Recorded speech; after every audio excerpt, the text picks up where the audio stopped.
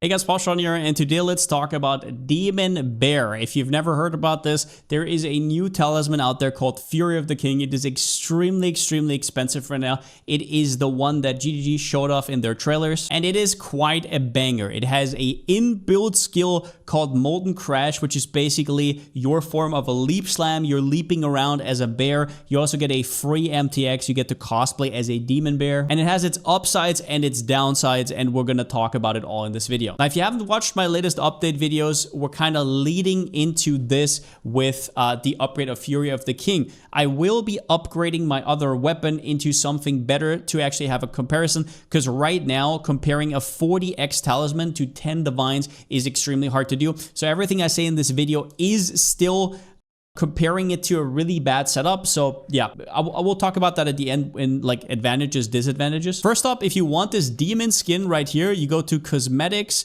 and then skills. And right here, you need to turn off whatever you have for your bear. If you, for example, have this battle-hardened werebear, you have to turn it off. Otherwise, you are not going to appear as a demon. Otherwise, it's just automatic, as you can see right here. And you can also see that whenever you have socketed supports in, used to be in the past, you would delete your supports. That is not the case anymore. As you can see right here, it drags the supports with you. Now, here's a quickie showcase of Molten Crash.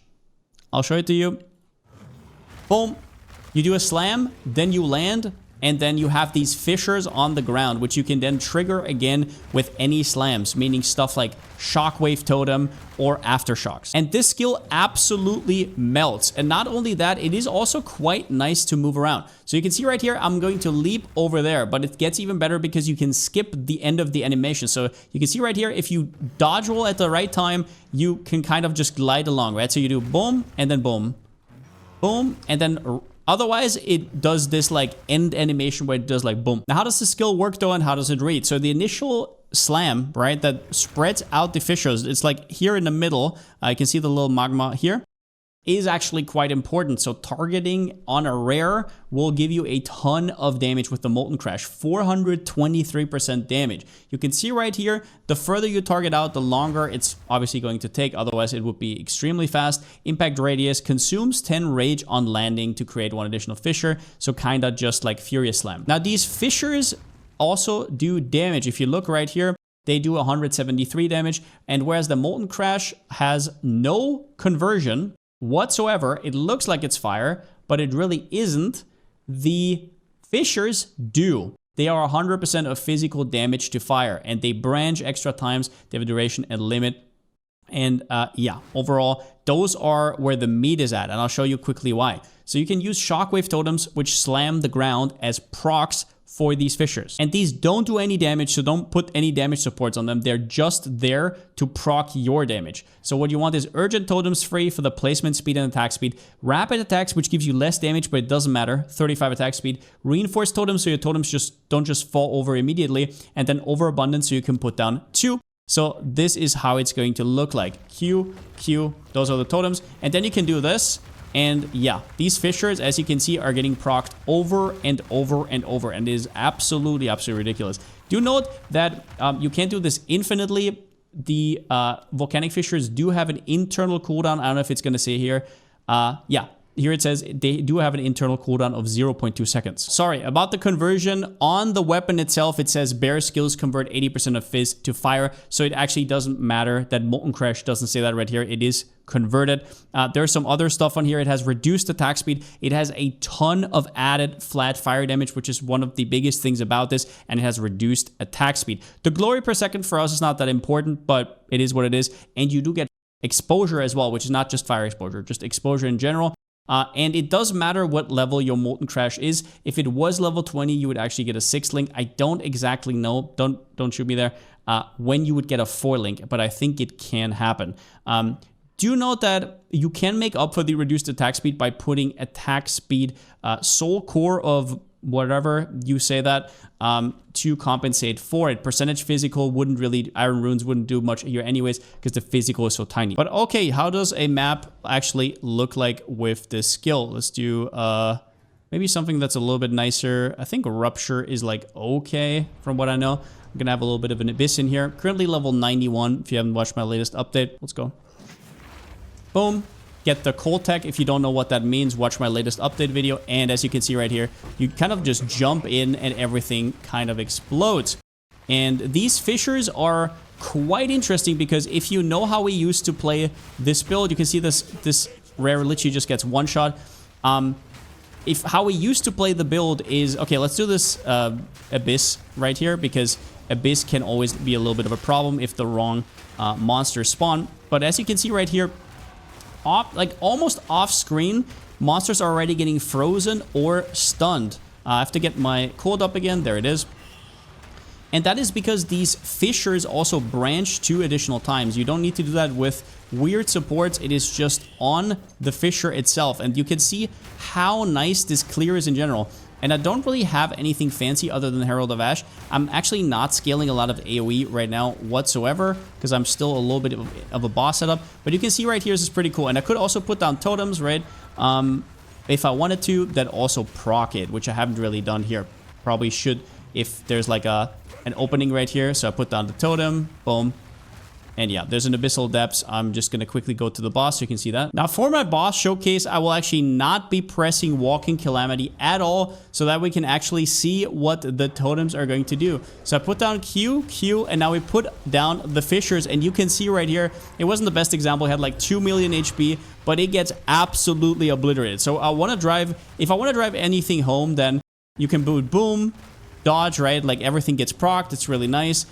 But the single target is the selling point here. And this is me getting my hands on this weapon 3 hours later, so you better believe that there's going to be more here. And I don't have a 6-link on my Shockwave Totem yet, and that was without pressing my main ability, which I'm basically scaling around and which I have a 6-link of. Now for this video, I used the exact same setup that I had on my old one. I didn't really have to change anything. I could definitely spec into a little bit more AoE, but yeah, most of the work is just being done by these totems, and I don't think there's any great totem nodes nearby that really do anything. You could get +1 to maximum totem, maybe. Actually, I think that's over here. You could anoint Ancestral Artifice if you really wanted to, but once again, your totems are only there to proc, so all you really want on them is attack speed, and you want more additional totems. So I'll give you my rundown on the thoughts after playing this just for a little bit. Do note that this might change over the next coming days. I will be testing this weapon out more, and I will be testing it against a good normal weapon as well. I do like this playstyle more than I had with the pound and then rolling, or whatever it's called, Furious Slam, right? I do like this a lot more, and it is also a lot nicer. And there's just, for example, in a breach, if I pop down the Shockwave Totems, right, and I do this, there is way more coverage than any other melee build can ever have. And that is a big deal because abysses and breaches are just a huge part of endgame mapping. So with my current knowledge base, I would love this playstyle. I love this playstyle. It just is. I've had literally people in my chat who bought this and they said it saved their league or whatever. Okay, insane single target damage. Now, once again, I've not tried a good normal weapon. I would bet my ass off that that would also slap. I'm already doing almost 1 million single target DPS with this pile of garbage. And I am still on a 5-link Furious Slam, and I have a on-kill effect on my Walking Calamity that doesn't do anything for my damage, and I have no lineage supports whatsoever. I'm not even crit, so I'm non-crit. So I would not be surprised if this can do similar damage. I'm just going to tell you what I experienced here. It is great at abysses and breaches compared to most melee builds, and also off-screen freezing with the cold tech, and then also with the stuns that are just naturally occurring. Off-screen stuns with the fissure, it makes the build feel a lot safer. There's 2 downsides to this. The first one is huge. You basically get no leech. If you look at leech support, it only leeches off of physical damage. Now, you might say that's not a big deal, but the thing is, it really, really is. You can go full energy shield on the right side and then go for the gloves that let you leech energy shield. Sure, you can, but it is a lot of points, and people have tried it and it wasn't that successful because it's just not enough. Now, what you want to do if you want to leech is you would do a normal weapon with damage extra fizz, which is the perfect essence of abrasion. You can see up to 33% damage extra fizz on your weapon. It is a prefix, yes, but with all these conversion skills, it is just incredibly hard to leech. Do note that on the other version, we have Furious Slam, which has 0 conversion. It is full physical, so it can have the full leech potential. Also, if Maul does not get converted or anything, it also does quite a bit of Fizz. You can also have an Anoint right here with Dangerous Blossoms, which gives you another 10%. And do note that all that damage also gets added to Walking Calamity. So you could be leeching while you're just walking around and while fire is raining down. And after having played with this build, leech and recovery is the biggest issue when you're standing in the middle of things. It is so hard to figure out. I cannot tell you how much it is annoying. So for example, if you were on an Amazon, that wouldn't be that big of a problem. That would be a completely different build. It probably wouldn't go Walking Calamity, but on an Amazon, you could go for Mystic Harvest, and that is one of the strongest, straight up strongest nodes in the game for builds like this. You would like just leech up like crazy. And the second downside is a little bit less of a problem, but it does have less cold damage. And I already talked about how good cold damage is with Batailleur's Vengeance, and you could go for something like Herald of Ice, which would make your mapping a lot more safer because everything's permanently frozen. And yeah, it's also better clear speed. But after playing with this build a little bit more and seeing how much single target damage it does, I will tell you it will take quite a bit to convince me to get rid of this weapon. But yeah, if you're still on the fence, and obviously it is absurdly expensive, then yeah, just wait for a few more updates. I have a macro planner right now. It's in my dock. I will link it down below in the description with the current Demon Bear setup. But all in all, I'm very impressed with this weapon. Usually they show off these meme weapons and it's just kind of garbage, but it's actually good. It even has a little bit of strength, which gives you a little bit of life. I don't know if this hybrid setup that I currently have is a good idea. Maybe it's just full on life. I was kind of surprised by this. I didn't think it would take this turn. I thought it would try it out and I would just not like it. But all in all, I hope I could give you guys a little bit of a taste of this weapon, and you can kind of decide yourself if it's something for you. I will give a dedicated comparison to this in my next update video. At least I hope, unless I get super unlucky, that I will have enough money to craft a good weapon, and then I will also have to kind of try out the leech setup versus it. There is some ways to leech Energy Shield this patch. More on that in the next video. There is some nifty new corruptions. But yeah, with that being said, thank you guys for watching. Hope you enjoyed the video. And since I still don't have a slogan, see you next time.